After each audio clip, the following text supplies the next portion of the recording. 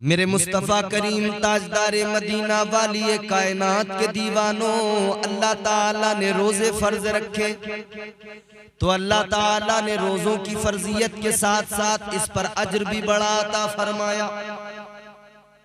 अज्र इतना बड़ा अल्लाह ने अता फरमाया, परवरदिगारे आलम ने रोजों का मकसद भी बयान कर दिया। मकसद रोजा क्या है? मकसद रोजा है रब की रजा और तकवा, परहेजगारी। रोजा रखने से नफ्स कमजोर होता है, नफ्स बंदे के काबू में आता है। याद रखो मेरे अजीजों, जब बंदा रोजा रखता है, भूखा रहता है अल्लाह की रजा के लिए, तो उसका नफ्स कमजोर पड़ता है, नफ्स उसके काबू में आता है। नफ्स अगर काबू में आ जाए तो बंदे की पूरी जिंदगी तब्दील हो जाए। ये नफ्स ही है जो उभारता है गुनाहों पर।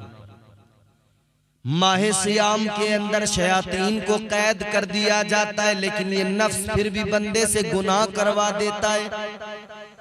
इसीलिए फरमाया तुम रोजा रखो ताकि नफ्स तुम्हारा कमजोर हो जाए, तुम्हारे काबू में आ जाए और रब राजी हो जाए। और परवरदिगार ने अज्र कितना रखा, फरमाया अस्सौमु ली व अना अज्ज़ी बिही। अल्लाह ताला ने ऐलान फरमाया रोजा मेरे लिए है और इसकी जजा भी मैं अता करूंगा। फरमाया परवरदिगार ने रोजा मेरे लिए, बंदा मेरी खातिर, मेरी मोहब्बत में, मेरी रजा के लिए, मुझे राजी करने के लिए भूखा रहता है, प्यास की शिद्दत को बर्दाश्त करता है, तो इसकी जजा भी मैं अता करूंगा। अब वो करीम नवाजेगा, वो करीम जजा देगा, तो फिर अंदाजा क्या लगाया जाए कि वो कितना नवाजेगा। वो नवाजने पे आए तो नवाज दे जमाना, वो नवाजने पे आए तो नवाज दे जमाना। वो करीम ही जो ठहरा तो करम का क्या ठिकाना। जब वो रब नवाजे तो उसकी नवाजिशात का क्या कहना, उसकी अताओं का क्या कहना। वो परवरदिगार चाहे तो लम्हों में गदाओं को, भिखारियों को बादशाह बना दे, और लम्हों में वो रब चाहे तो बड़े बड़े बादशाहों को भिखारी बना दे। और तारीख गवाह है, जो बादशाह गुजरे हैं आज उनकी नस्लें, उनका गुजारा करना मुश्किल है। उनकी जिंदगियां इतनी दुश्वार हो गई हैं कि आज उनकी हालत ये है कि वो दूसरों के ऊपर निर्भर हो चुके हैं और उन्हें अपनी जिंदगियां गुजारना दुश्वार हो रहा है। अल्लाह ताला ने फरमाया मैं रोजे की जजा अता करूंगा। और इसका तर्जुमा बाज सूफिया ने, बाज उलमा ने यूं फरमाया कि अल्लाह ताला गोया बंदों से फरमा रहा है, ऐ मेरे बंदो रोजा मेरे लिए है और इसकी जजा भी मैं हूँ। मतलब ये हुआ रोजा रब के लिए, जजा भी खुदा। तो जिसे रब मिल जाए उसे जग मिल जाए, उसे सब मिल जाए। रोजा रखे तो सही बंदा, हर चीज की ज़कात है। माल कमाया, दौलत जमा की, उसकी ज़कात है। 2.5% अपने माल की ज़कात बंदा निकालता है। मगर ये रोजा जो है ये इंसान के बदन की ज़कात है। मेरे आका ने फरमाया रोजा बदन की ज़कात है कि बंदा जब रोजा रखता है तो गोया ये अपने जिस्म की, अपने बदन की ज़कात अदा कर रहा है। इसकी फजीलतों पर बात करें, खुदा की कसम बात खत्म नहीं होगी, रात खत्म हो जाएगी, जिंदगियां तमाम हो जाएंगी, मगर इसकी फजीलतें हम मुकम्मल बयान नहीं कर सकते। मेरे मुस्तफ़ा करीम ताजदारे मदीना सल्लल्लाहु ताला अलैहि वसल्लम ने फरमाया क़यामत के दिन रोज़ेदारों के लिए सोने का एक दस्तरखान रखा जाएगा। सुभान अल्लाह। सोने का दस्तरखान रखा जाएगा और उस पर क्या होगा?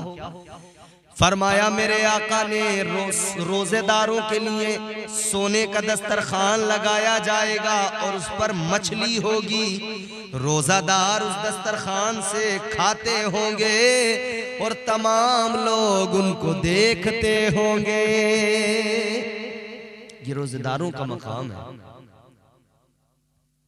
रोजा रखने पर जितना सवाब है, इफ्तार कराने पर भी उतना ही सवाब है। फरमाया मेरे मदनी करीम ताजदारे मदीना वाली कायनात ने कि बंदा जब किसी को इफ्तार कराता है, अगर रोजेदार को इफ्तार कराया तो जितना सवाब अल्लाह रोजेदार को अता फरमाएगा, उतना ही सवाब अल्लाह इसको भी अता फरमाएगा जिसने इफ्तार कराया। अब कोई ये ना सोच ले कि जब अल्लाह इसको रोजा इफ्तार कराने पर ही इतना सवाब दे रहा है तो रोजा रखने की जरूरत क्या, इफ्तार करा दो उतनी सवाब मिल जाएगा। याद रखना, रोजा इफ्तार कराने पर बेशक अल्लाह उतना ही सवाब अता फरमाता है, लेकिन जो तुझ पर अल्लाह ने रोजा फर्ज किया है, तू अगर रोजा नहीं रखेगा तो वो तुझ पर कर्ज रह जाएगा, हिसाब तुझे देना पड़ेगा। उधर सवाब रोजादार को इफ्तार कराने पर हासिल तो करो, मगर अपना रोजा कभी भी तर्क ना करो, अपना रोजा कभी न छोड़ो, क्योंकि तुम जानते हो मेरे अजीजों, आका ने फरमाया रोजा इफ्तार कराने पर सवाब है, मगर मेरे आका ने फरमाया अगर कोई रोजा छोड़ दे, तर्क कर दे, क्या कफ्फारा बनता है? फरमाया कफ्फारा ये बनता है कि अगर रोजा तर्क कर दिया तो एक रोजे के बदले 60 रोजे, एक के बदले 60। एक रखने में जो आदमी घबरा जाए और एक ना रखे वो 60 क्या रख पाएगा? और इसकी और भी तरीके बयान फरमाए गए कि अगर 60 रोजे नहीं रख सकता है तो फिर 60 गुलाम आजाद कर दे, वो भी नहीं कर सकता है तो 60 मिस्कीनों को खाना खिला दे। लेकिन एक बात याद रहे, ये बाकी चीजें उस वक्त हैं जब ये रोजा रखने की हालत में ना हो। एक रोजा छोड़ दिया, 60 रखने हैं, लेकिन रोजा रखने की हालत में नहीं है, कमजोर है, बीमार है, लागर है, नहीं रख पाएगा, जिस्म में जान नहीं है, तो एक के बदले 60 नहीं रख सकता। तो इसके लिए गुंजाइश रखी गई कि तू गुलाम आजाद कर दे, और अगर इतनी मालो दौलत भी नहीं है तो फिर एक काम कर, 60 मिस्कीनों को खाना खिला दे। और इस तरह की हमें एक रिवायत मिलती है, एक शख्स हुजूर की बारगाह में हाजिर हुए, अर्ज करने लगे एक सहाबी, या रसूल अल्लाह जुर्म हो गया।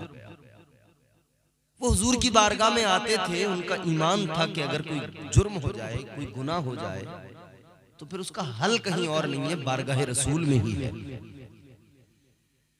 ताजदारे मदीना की बारगाह में आकर अर्ज करने लगे, या रसूल अल्लाह जुर्म हो गया, गुनाह हो गया, आका करम फरमाइए, रोजा मैंने रख लिया था मगर मैंने रोजा तोड़ दिया, ये जुर्म मुझसे हुआ। हुजूर की बारगाह, प्यारे आका की बारगाह में अर्ज किया, हुजूर रोजा तोड़ दिया, क्या करूं? मेरे आका ने फरमाया कफ्फारा अदा कर, 60 रोजे एक के बदले।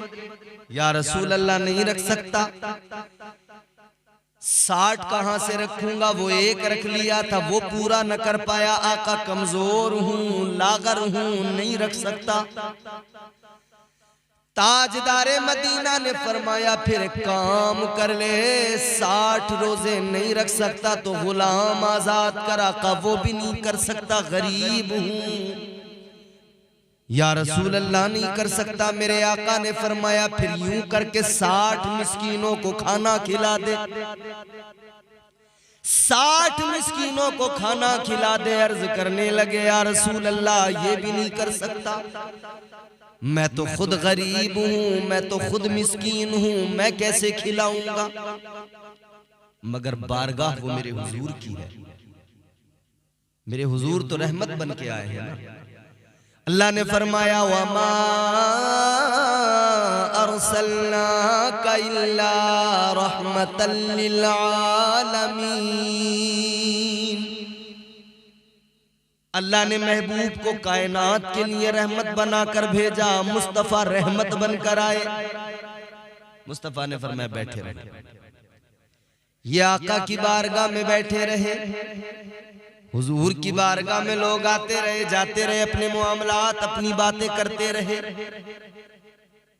एक इंसान एक सहाबी आका की बारगाह में आए, खजूरों का एक टोकरा लेकर आए, लाकर आका की बारगाह में पेश किया। या रसूल अल्लाह, ऐ ताजदारे मदीना, आपकी खिदमत में लाया हूँ, कबूल फरमा लीजिए।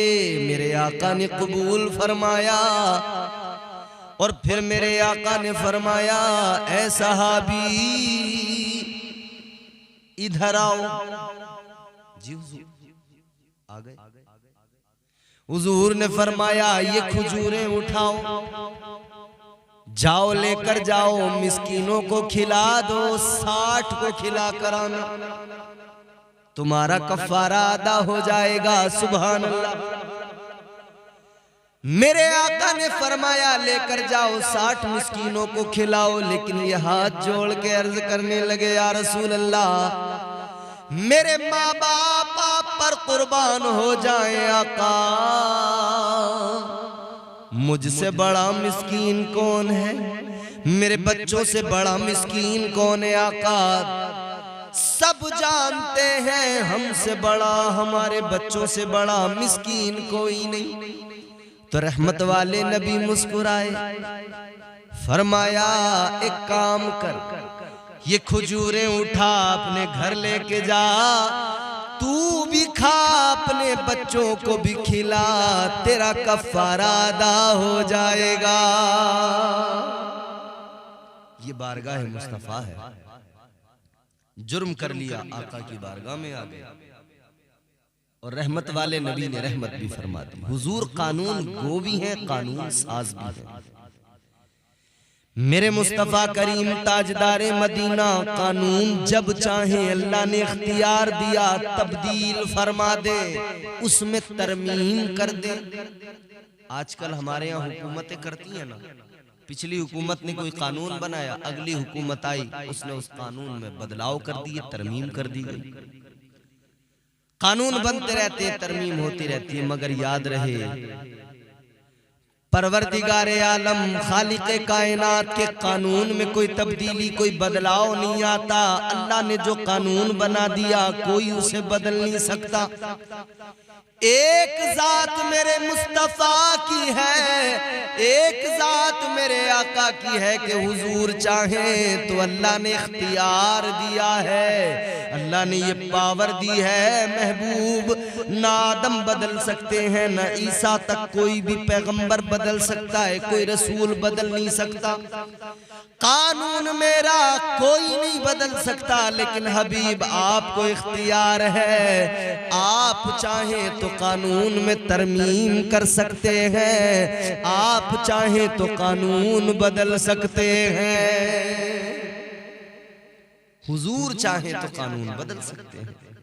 मेरे हुजूर के अलावा अल्लाह ताला ने ये किसी को पावर नहीं दी है कि कोई बदलाव कर सके अल्लाह के कानून में। तो एक रोजा छोड़ने के ताल्लुक से मैं अर्ज कर रहा था, अगर ताकत जिस्म में नहीं है, कमजोर है, बीमार है, लागर है, नहीं रख पाएगा, एक के बदले 60 मर जाएगा, बीमार पड़ जाएगा, तो उस सूरत में फरमाया गया कि फिर ये रास्ते हैं गुलाम आजाद करने वाले, या फिर ये रास्ता मिस्कीनों को 60 मिस्कीनों को खाना खिलाने वाले। लेकिन हमारे यहाँ लोग नहीं समझते, रोजा छोड़ दिया और ये एहसास नहीं कि हमें इसके बदले कल कयामत के दिन अल्लाह के हुजूर खड़े होंगे तो अल्लाह फरमाएगा तूने रोजा छोड़ा था, अब जवाब देना मुश्किल हो जाएगा। इधर कफारा नहीं दे पाते, एक के बदले 60 एक रख लेते तो 60 की नौबत क्यों आती। जो एक नहीं रख पा रहा वो 60 क्या रखेगा एक के बदले? तो 30 दिन के रोजे रख लो, और अगर छोड़ दिए तो 30 के कितने होते हैं? एक के बदले 60 है, हिसाब लगाना। अल्लाह अकबर, अल्लाह अकबर। याद रखो मेरे अजीजों, रहमतें बरस रही हैं, अल्लाह ताला बंदों पर करम फरमा रहा है। वो नेमतें जो आम दिनों में लोगों को मैसर नहीं होती, रमजान की बरकत है। रमजान में बंदा रोज वो नेमतें खाता है। बड़े बड़े मालदारों के घरों में हमने देखा है रोजाना कई कई किस्म के फ्रूट्स, कई कई किस्म के खाने बड़े बड़े अमीरों के यहाँ नहीं बनते, मगर ये रमजान का फैजान है, ये अल्लाह ताला की रहमतें हैं और उसकी नाजिल करदा बरकतें हैं कि गरीब के घर में भी कई कई किस्म की चीजें खाने को अल्लाह अता फरमा देता है। ऐ मेरे अजीजों, अल्लाह ताला रमजान में रहमतें बरकतें नाजिल करता है, तो रमजान की कद्र करो, रमजान का एहतराम करो, रब की नेमतें खाओ, खाते जाओ और रब का शुक्र अदा करते जाओ, रोजे रखते जाओ। ये न हो कि खा तो रहे हैं और शुक्र अदा नहीं कर रहे उसका, रोजे नहीं रख रहे। रोजे रखो, जिंदगी कितनी बदल जाएगी आप खुद महसूस करना। रोजा रखने से रोजा बंदे को तकवा शियार बनाता है, रोजा रखने से बंदा परहेजगार बन जाता है, उसका नफ्स फिर उसे गुनाहों की तरफ नहीं लेकर जाता। मैं बारहा अपने बयानात के अंदर ये बात बयान कर चुका हूं, करता रहता हूं। आज फिर मैं चाहता हूं कि एक बार फिर मैं आपके सामने ये बात वाज़ेह कर दूं और बता दूं कि नफ्स की कई किस्में हैं। पहली किस्म नफ्से अम्मारा, कुरान ने बयान किया, हर मोमिन हर काफिर के पास है, सिर्फ गुनाहों की तरफ लेके जाता है, गुनाहों की रग़बत, गुनाहों की तरफ लेके जाता है। लेकिन मेरे अजीजों, नफ्स की कई किस्में हैं, नफ्स लव्वामा, नफ्स मुल्हिमा, नफ्स मुतमइन्ना। और ये नफ्स मुतमइन्ना वो मंजिल है कि जब बंदा इस मंजिल पे पहुंचता है, उसका नफ्स नफ्स मुतमइन्ना बन जाता है, तो फिर वो कभी भी गुनाहों की तरफ नहीं लेके जाता, गुनाहों की दावत नहीं देता, बल्कि हमेशा नेकियों की तरफ रग़बत दिलाता है, नेकियों की दावत देता है। नफ्स मुतमइन्ना के ताल्लुक से अल्लाह ने कुरान मजीद में फरमाया, या अय्यतुहन नफ्सुल मुतमइन्ना इरजिई इला रब्बिकी रादियतम मर्दिय्यह फदखुली इबादी वदखुली जन्नती। ये नफ्स मुतमइन्ना की मंजिल है। अल्लाह का कुरान कहता है, ऐ इत्मीनान वाली जान, ऐ नफ्स मुतमइन्ना, तू अपने रब के हुजूर इस हाल में वापस लौट कि तुझसे तेरा रब राजी हो और तू अपने रब से राजी हो। परवरदिगार तुझसे राजी हो, तू अपने परवरदिगार से राजी हो, रब तुझसे राजी हो, तू रब से राजी हो। ये नफ्स की वो मंजिल है जिसे नफ्स मुतमइन्ना कहा जाता है। अजीजा ने गिरामी कद्र गौर फरमाए। अब नफ्स क्या है? सूफिया फरमाते, जब अल्लाह ने नफ्स को पैदा फरमाया तो परवरदिगार ने फरमाया, नफ्स से कहा अल्लाह ने कि बता मैं कौन हूं। अल्लाह ने सवाल किया, अल्लाह ताला ने फरमाया बता मैं कौन हूं। इसने जवाब दिया, अंता अंता अना अना, तू तू है मैं हूं। सवाल क्या था अल्लाह का और इसने जवाब क्या दिया? परवरदिगार आलम की बारगाह में इसने कहा तू तू है, मैं हूं। पता लग गया ये मैं वाला जो सिस्टम और मैं वाला जो मामला है ना, ये नफ्स की वजह से है। नफ्स ही है जो हर बंदे से कहता है कि अपने आप की तारीफ और अना पसंदी उसके अंदर जो आती है, नफ्स कहता है तू ही तो सबसे अच्छा है। फिर बंदा कहता है मैं सबसे अच्छा, मैं सबसे बेहतर। जबकि ये भी सच्चाई है कि हमारे बारे में दूसरा इतना अच्छा नहीं जानता जितना अच्छा हम खुद को जानते हैं, और हम दूसरों को इतना अच्छा नहीं जानते जितना अच्छा हम खुद को जानते हैं। दूसरों के ऐब हम तलाश करते हैं, अपने तो हमें ऑलरेडी सब मालूम है, पता है। तो जिन ऐबों की वजह से हम दूसरों से नफरत कर रहे हैं और उन्हें बुरा कह रहे हैं, उनकी रुसवाई पे आमादा हैं, वो ऐब हमारे अंदर भी हैं। इतना ही बुरा हम खुद को भी जान ले जितना हम दूसरे को उस ऐब पर, उस बुराई पे जान रहे हैं। दूसरे के अंदर खामी है, बुराई है, हम उसको बुरा कह रहे हैं, बुरा जान रहे हैं, लेकिन वही बुराई अपने अंदर भी है। झूठे को झूठा कह रहे हैं, उसको बुरा कह रहे हैं, मगर खुद भी झूठे हैं। दूसरे को बुरा बाद में जानो, पहले अपने आप को उससे ज्यादा बुरा समझो कि भाई मैं झूठा हूं, कितना बुरा आदमी हूं। मैं गीबत करता हूं, कितना बुरा आदमी हूं। सोचो, ये सब सोचो ना अपने बारे में, अपने बारे में सोचो। मैं हसद मेरे सीने के अंदर है, दिल के अंदर है। मैं अपनों से हसद करता हूँ, अपने मोमिन भाइयों से हसद करता हूँ। सोचो फिर अपने बारे में कि मैं कितना बुरा हूँ।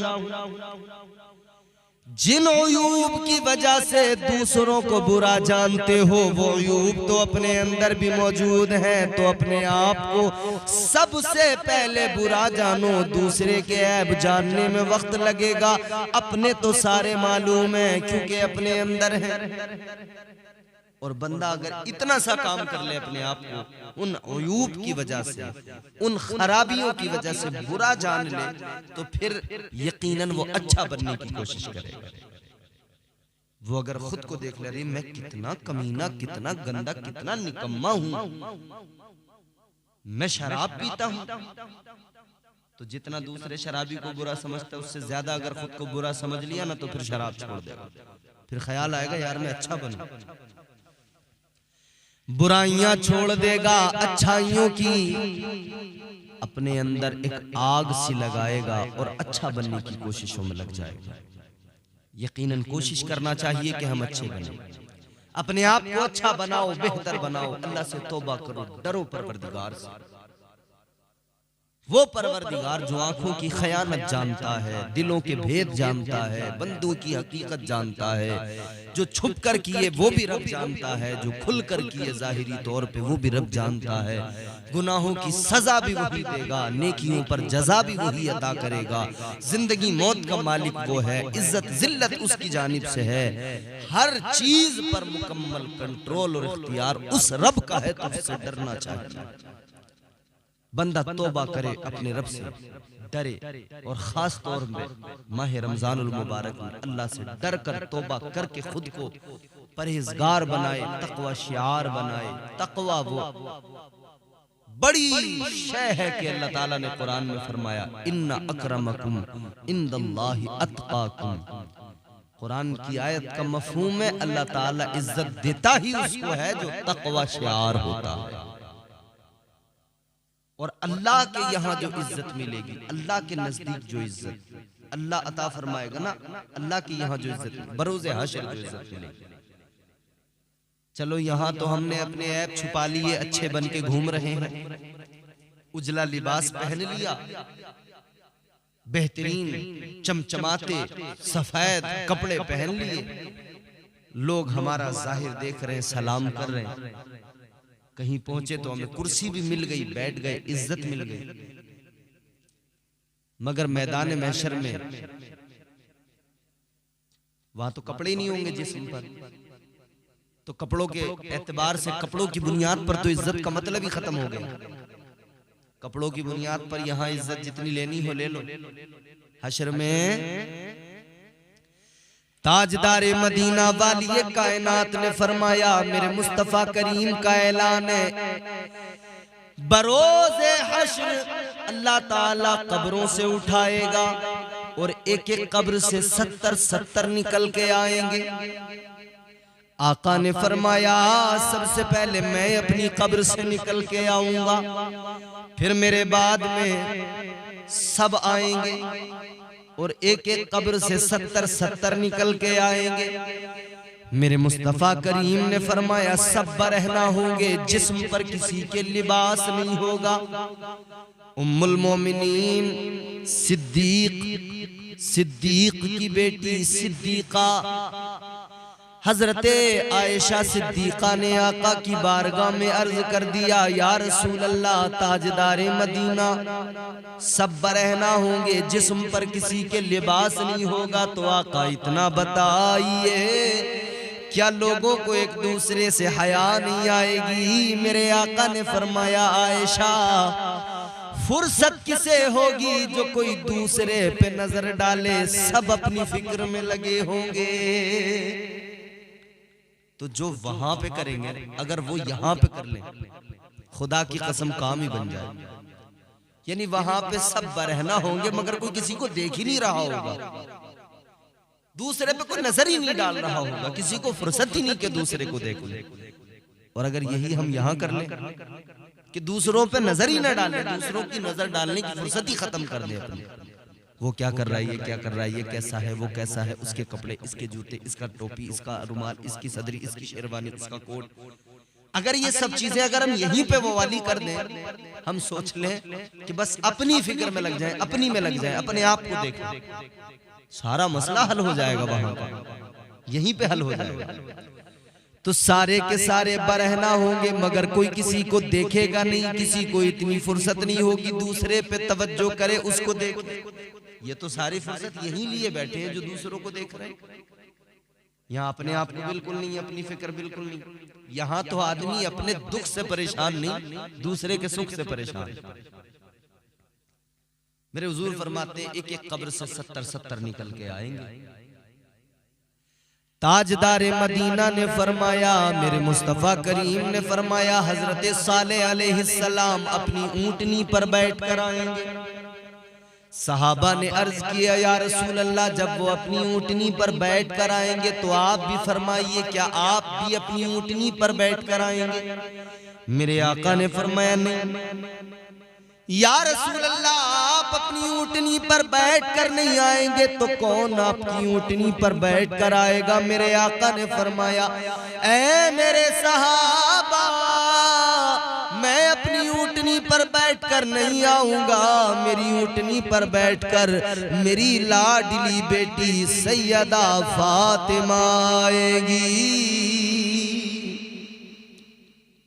तो या रसूल अल्लाह, आप? मेरे आका ने फरमाया, मेरी भी एक सवारी है, मैं भी उस पर बैठ कर आऊंगा। आका, कौन सी सवारी? आका ने फरमाया, मेराज पर जब मैं गया तो बुराक ने मुझसे रोके कहा था, आका, इधर मुझे ये इज्जत दी है कि मुझ पर सवार हो रहे हैं, बरोज़े क़यामत भी ये इज्जत अता कर देना, मुझे अपनी सवारी बना लेना। आका फरमाते, मैं उस बुराक पर सवार होकर आऊंगा। हुजूर उस बुराक पर सवार होकर आए। वहां पर अल्लाह के हुजूर, अब कपड़ों से इज्जत नहीं, कपड़े नहीं है जिस्म पे, अब चमक दमक सब खत्म, अब इज्जत किस बुनियाद पर? वुजू करता रहा नमाजों के लिए तो आज़ाए वुजू चमक रहे होंगे मिसले आफताब, ये इज्जत। सजदे किए, सर झुकाया तो पेशानी चमक रही होगी, ये इज्जत वहां मिलेगी। अल्लाह ताला इज्जतें अता फरमाएगा, परवरदिगार वहां पर करम फरमाएगा, फजल फरमाएगा, इज्जतें वहां। तो वहां की इज्जत चाहते हो तो यहाँ पर पहले अपने आप को बेहतर बनाओ। मगर आदमी इधर लग गया, मैं ऐसा, मैं वैसा, मैं ऐसा, मैं वैसा, मैं ऐसा, मैं वैसा। तो ये क्या है? नफ्स है जो कहता है कि तू अच्छा है, तू आला है, तू अफजल है। रमजान में भी लोग मैं का शिकार हो जाते हैं। मैं ऐसा इफ्तार करता हूँ, मैं ऐसा सहरी में इंतजाम करता हूँ, मैं यूं करता हूँ, मैं अपने बच्चों को ये खिलाता हूँ, वो खिलाता हूँ। तू खिलाता खिला, अल्लाह तुझे दे रहा है, मगर ये भी सोच तेरे बच्चे तो आला किस्म के पकवान खाते हों और तेरे ही मोहल्ले में, तेरी ही गली के नुक्कड़ पे गरीब हो, और उसके बच्चे भी अगर रमजान में, उसके बच्चे अगर रमजान में तरसते हों और सिर्फ पानी और खजूरों पर वो अपना गुजारा करते, और खजूर भी वो कि जो तू अपने बच्चों को खिलाना पसंद ना करे, तो वो गरीब के बच्चे जो तरस रहे हैं, याद रखना तुझे क़यामत के दिन हिसाब देना पड़ेगा। अल्लाह ने तुझे नवाजा है तो उन गरीबों का भी ख्याल रखना। माहे सियाम, माहे रमजानुल मुबारक के अंदर अपने बच्चों को आला किस्म के पकवान खिलाने वालों, कई तरह के फ्रूट्स लाकर अपने बच्चों को खिलाने वालों, गरीबों को भी देखा करो, गरीबों के बच्चों की भी फिक्र किया करो, गरीबों के बच्चों का ख्याल किया करो। गरीब कोई ऐसा ना हो कि घर में सिसकियां ले रहा हो, कोई अपने बच्चों को अच्छी चीजों का इंतजाम ना करके देने के सबब रो रहा हो, ऐसा ना हो, ख्याल रखो, वरना भारी पड़ जाएगा उधर साथ। माहे रमजानुल मुबारक के अंदर अपने पड़ोसियों, अपने आसपास के लोगों को देखो किसके यहाँ पे राशन नहीं है। अल्लाह ने तुम्हें नवाजा है, दिया है, तेरे घर में कमी नहीं आएगी, तू गरीब के घर में 10 किलो राशन पहुंचाएगा, अल्लाह तुझे उसका 70 गुना बढ़ा कर अता फरमाएगा। अल्लाह का वादा है, तू उसकी राह में खर्च तो कर, रमजान एक दोगे अल्लाह 70 बढ़ा के देगा। अल्लाह की जात पे भरोसा रखो और अल्लाह की जात पर तवक्कुल करते हुए गरीबों की मदद करो। पड़ोस में, महल्ले में, आसपास में, रिश्तेदारों में, भाई कोई हो, कोई बहन हो, गरीब हो, तो उन्हें ले जाकर दो, उन्हें खिलाओ ताकि उनकी दुआ तुमको मिले। उधर दुआ उस गरीब के बच्चों की मिलेगी, अल्लाह ताला तेरा घर भर देगा, तेरे बच्चे सलामत रहेंगे। मगर ऐसा कंजूस आदमी भी है कि रमजान के महीने में भी, इस मुकद्दस पाकीज़ा माह रमजानुल मुबारक के अंदर भी किसी को 1 रुपया देने को तैयार नहीं है। अल्लाह फजल फरमाए और हमें देने वाला बनाए। तो अल्लाह ताला ने नफ्स से फरमाया कि बता मैं कौन हूँ। उसने कहा अंता अंता, अना अना, तू है, मैं हूँ। अल्लाह ने फरमाया फरिश्तों लेकर जाओ, दोज़ख में डालो। फरिश्तों ने ले जाकर दोज़ख में डाल दिया। कितना अजाब दिया गया, फरमाया गया 300 साल तक इसको दोज़ख में रखा गया, अजाब दिया गया। 300 साल के बाद में सोचें कितना अजाब है। 300 साल के अजाब के बाद में निकाला गया। फिर अल्लाह ताला ने फरमाया अब बता मैं कौन हूँ। कहने लगा अंता अंता, अना अना। जवाब नहीं बदला, कहता है तू है, मैं हूँ। अल्लाह अकबर। 300 साल का अजाब, मगर जवाब बदला नहीं। फिर डाला गया दोज़ख में, फिर 300 साल का अजाब, फिर 300 साल तक दोज़ख में जलाया गया। फिर जब बाहर निकाला गया, परवरदिगारे आलम ने फरमाया बता मैं कौन हूँ। कहने लगा अंता अंता, अना अना। तू है, मैं हूँ। अल्लाह। 300 साल अभी भी अजाब दिया गया, जवाब नहीं बदला। ये नफ्स कितनी खतरनाक चीज है। इसका 300 साल तक अजाब के बावजूद भी जवाब नहीं बदला है मेरे अजीजों। अब फरिश्तों ने कहा मालिक 3 मरतबा सवाल तो कर लिया, इसका जवाब नहीं बदलता, या अल्लाह क्या करें? फिर दोज़ख में लेकर जाएं। अल्लाह ने फरमाया नहीं। तो या अल्लाह क्या करें? फरमाया इस पर भूख का बोझ डालो, सजदों का बोझ डालो, इबादत का बोझ डालो, भूख का बोझ डालो। भूख का बोझ जब इसके ऊपर डाला गया, भूख के दरवाजे खोले गए। का बोझ डाला गया, इबादतों का सजदों का बोझ डाला गया। फिर अल्लाह ने फरमाया अब बता मैं कौन हूँ। कहने लगा तू मेरा परवरदिगार है, तू मेरा खुदा है। तो पता लगा जब तक इस पर भूख का बोझ नहीं डाला जाए, सजदों का बोझ नहीं डाला जाए, इसका जवाब नहीं बदलता। यानी नफ्स काबू में नहीं आता, नफ्स को काबू में करना है। ये अजाब से काबू में नहीं आया, ये इबादतों से काबू में आया है। ये रोजों से यानी भूख से काबू में आया। अल्लाह ने निजाम भी वही दिया। 1 माह के रोजे फर्ज फरमा दिए कि मेरे बंदो रोजे रखोगे, भूखे रहोगे, ये नफ्स कमजोर होगा, काबू में आएगा। इबादतें करोगे, 5 वक्त की नमाज पढ़ोगे, ये नफ्स तुम्हारे काबू में आ जाएगा। तो रमजान के अंदर, इस मुकद्दस माह मुबारक के अंदर खूब एहतिमाम करें इबादतों का, खूब एहतिमाम करें बंदगी का, और रोजा रखें, किसी हाल में रोजा न छोड़ें। अल्लाह का ये फरमान ना, खुदा की कसम दीवानों के लिए कितना बड़ा फरमान है, मुज़दे जां फिजा है। फरमाया रब ने कि रोजा मेरे लिए है और इसकी जजा भी मैं हूं, तुम्हारा रब, तुम्हारा परवरदिगार।